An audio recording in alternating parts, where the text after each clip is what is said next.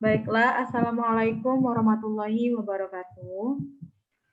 Waalaikumsalam warahmatullahi Waalaikumsalam wabarakatuh. warahmatullahi wabarakatuh. Baiklah teman-teman semua, kami dari kelompok 1 akan mempresentasikan hasil diskusi kami yang berjudul tentang pengelolaan kurikulum. Nah, sebelum itu kami akan memperkenalkan anggota kelompok terlebih dahulu. Saya sendiri Maharani Rizky Pratiwi selaku penyaji dan moderator. Kemudian ada teman saya Aulia Ramadanti, Lega Cantika, Diki Chen, dan Langgeng Yoga Wicaksono. Nah, baiklah langsung saja untuk materi pertama mengenai pengertian pengelolaan kurikulum, saya akan menjelaskannya sendiri. Nah, pengertian pengelolaan kurikulum itu, yang pertama itu menurut Prismina, nah kurikulum merupakan alat yang digunakan untuk menggapai tujuan pendidikan dan sebagai acuan di dalam pelaksanaan pendidikan. Nah, kurikulum sendiri itu menunjukkan falsafah atau ke arah mana serta bagaimana bentuk kehidupan itu nantinya yang akan ditentukan oleh kurikulum yang digunakan oleh bangsa tersebut. Nah, selanjutnya itu menurut Rumalatu dalam penelitiannya pada tahun 2016, itu kurikulum itu diibaratkan kompas dalam memandu kapal mengarungi dunia pendidikan. Nah, ibarat kompas ini, kurikulum itu sangat berperan penting dalam pengorganisasian, mengarahkan, dan membimbing kegiatan belajar. Nah, selanjutnya yaitu ada menurut Cucun pada tahun 2017, menurut Cucun itu, pengelolaan kurikulum itu merupakan aktivitas yang mengelola secara komprehensif terhadap komponen-komponen dalam kurikulum, sehingga tercapainya tujuan kurikulum yang sudah ditetapkan. Nah, dalam proses manajemen kurikulum di sekolah itu ada 4 langkah, yaitu tahun perencanaan, tahap pengembangan, tahap implementasi, dan tahap penilaian untuk mewujudkan pengelolaan kurikulum yang baik. Nah, baiklah, untuk selanjutnya, itu akan dijelaskan oleh Langgeng Yoga Wicaksono. Ya, baiklah teman-teman. Assalamualaikum warahmatullahi wabarakatuh. Di sini saya akan melanjutkan presentasi dari teman saya. Saya akan membahas mengenai fungsi dari kurikulum. Menurut Alexander Hill dalam halaman 1960, fungsi kurikulum mempunyai 6 fungsi, yakni fungsi penyesuaian, fungsi integrasi, fungsi diferensiasi, fungsi persiapan, fungsi pemilihan, dan fungsi diagnostik. Fungsi penyesuaian. Fungsi penyesuaian mengandung makna bahwa kurikulum sebagai alat pendidikan harus mampu mengarahkan siswa agar memiliki sifat well adjust yang mampu menyesuaikan dirinya dengan lingkungan. Yang kedua, fungsi integrasi. Fungsi integrasi mengandung makna bahwa kurikulum sebagai alat pendidikan harus mampu menghasilkan pribadi yang utuh. Ketiga, fungsi diferensiasi. Fungsi diferensiasi mengandung makna bahwa kurikulum sebagai alat pendidikan harus mampu memberikan pelayanan terhadap perbedaan individu siswa. 4. Fungsi persiapan. Fungsi persiapan mengandung makna bahwa kurikulum sebagai alat pendidikan harus mampu mempersiapkan siswa untuk melanjutkan studi ke jenjang pendidikan berikutnya. Yang kelima, fungsi pemilihan. Fungsi pemilihan mengandung makna bahwa kurikulum sebagai alat pendidikan harus mampu memberikan kesempatan kepada siswa untuk memilih program-program belajar yang sesuai dengan kemampuan dan minatnya. Dan terakhir, fungsi diagnostik. Mengandung makna bahwa kurikulum sebagai alat pendidikan harus mampu membantu dan mengarahkan siswa untuk dapat memahami dan menerima kekuatan atau potensi dan kelemahan yang dimilikinya. Apabila siswa sudah mampu memahami kekuatan yang dimilikinya, maka diharapkan siswa dapat mengembangkan sendiri kekuatan yang dimilikinya untuk memperbaiki kelemahan-kelemahannya. Sekian fungsi dari kurikulum. Saya kembalikan ke moderator. Baiklah, untuk selanjutnya mengenai peran pengelolaan kurikulum akan dilanjutkan oleh Aulia Ramadanti. Kepada Aulia, disilakan. Baiklah, Assalamualaikum warahmatullahi wabarakatuh. Saya Aulia Ramadanti, 1C3180018. Di sini saya akan menjelaskan peran pengelolaan kurikulum. Nah, baiklah, dalam peran pengelolaan kurikulum sendiri ada 3 bagian yang akan kita bahas, yaitu peran konservatif, peran kreatif, dan peran kritis evaluatif. Pertama, saya akan menjelaskan apa itu peran konservatif. Nah, peran konservatif kurikulum itu adalah melestarikan berbagai nilai budaya sebagai warisan di masa lalu. Nah, hal ini dikaitkan dengan era globalisasi, di mana hal itu terjadi akibat perkembangan ilmu pengetahuan dan juga teknologi yang memungkinkan masuknya budaya luar yang dapat mempengaruhi budaya lokal.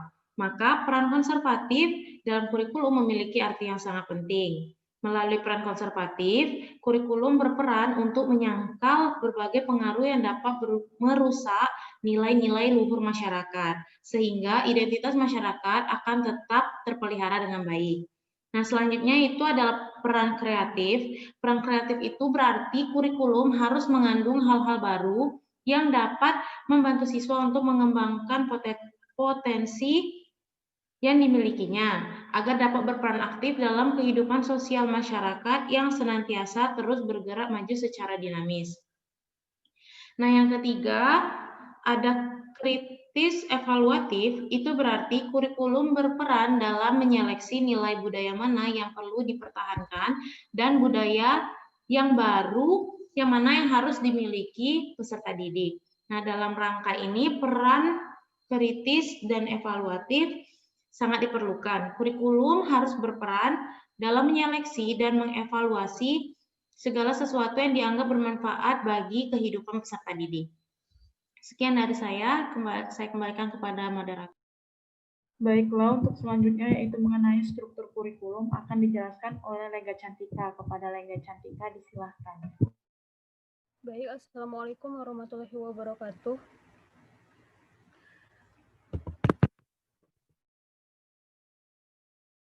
Baiklah, saya akan menjelaskan tentang pengertian struktur kurikulum.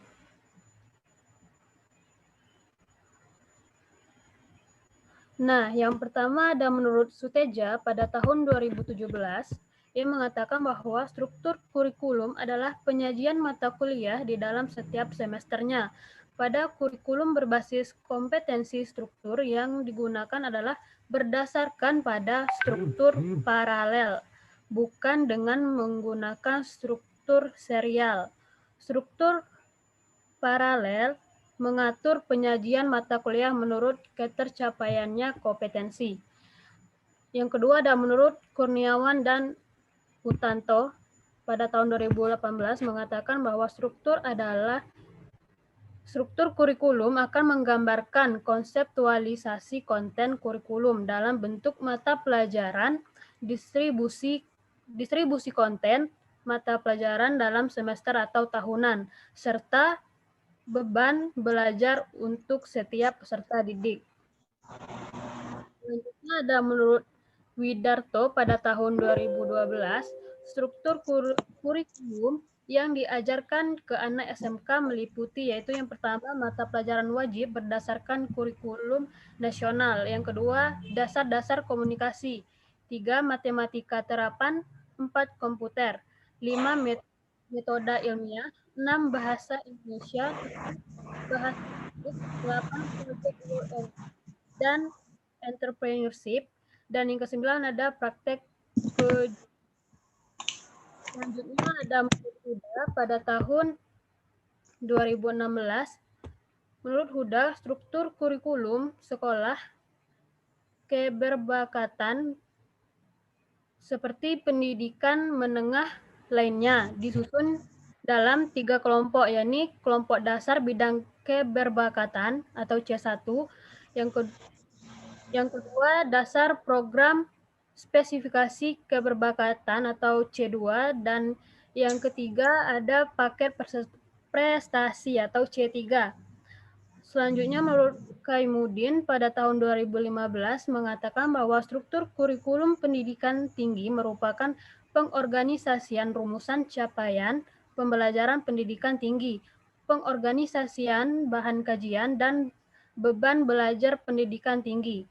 Nah, yang terakhir ada menurut Nurdin pada tahun 2017 mengatakan bahwa secara umum struktur kurikulum mempunyai 4 komponen utama, yaitu tujuan, materi atau bahan, proses belajar, dan evaluasi. Sekian dari saya kembalikan ke moderator. Baiklah, untuk selanjutnya mengenai macam-macam kurikulum akan dijelaskan oleh Dikichen. Kepada Dikichen, disilahkan. Terima kasih kepada moderator. Di sini saya akan menjelaskan struktur kurikulum yang sudah dijelaskan terlebih dahulu oleh Lega Cantika. Nah, sebagaimana yang dijelaskan oleh Lega Cantika, secara umum struktur kurikulum mempunyai 4 komponen utama, yaitu tujuan, materi atau bahan, proses belajar mengajar, dan evaluasi.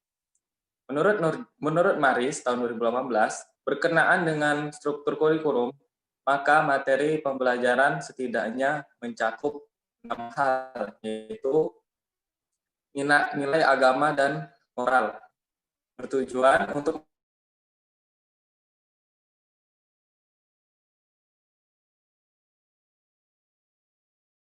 kebiasaan sehari-hari. Yang kedua itu sosial dan emosional, bertujuan untuk pembentukan kesadaran dan wawasan peserta didik atas hak dan kewajiban sebagai warga negara.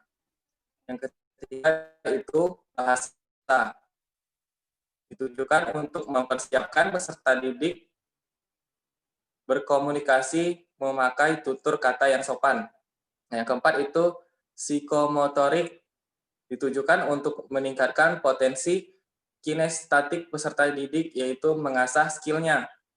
Nah, yang kelima, kognitif, yaitu untuk mempersiapkan peserta didik secara akademik dengan menekankan pada penyiapan kemampuan pengetahuan secara integral dan komprehensif. Nah, yang terakhir itu habituasi atau penyesuaian, itu untuk meningkatkan sensitivitas, kemampuan mengekspresikan diri, pembiasaan disiplin, dan kerapian dan keindahan. Untuk slide selanjutnya. Nah, menurut Suyitno, tahun 2013, dengan adanya struktur kurikulum, tepatnya struktur kurikulum 2013, itu memunculkan mata pelajaran muatan lokal. Mata pelajaran muatan lokal ini sendiri yaitu bahasa daerah, bisa jadi bahasa Melayu atau bahasa Jawa.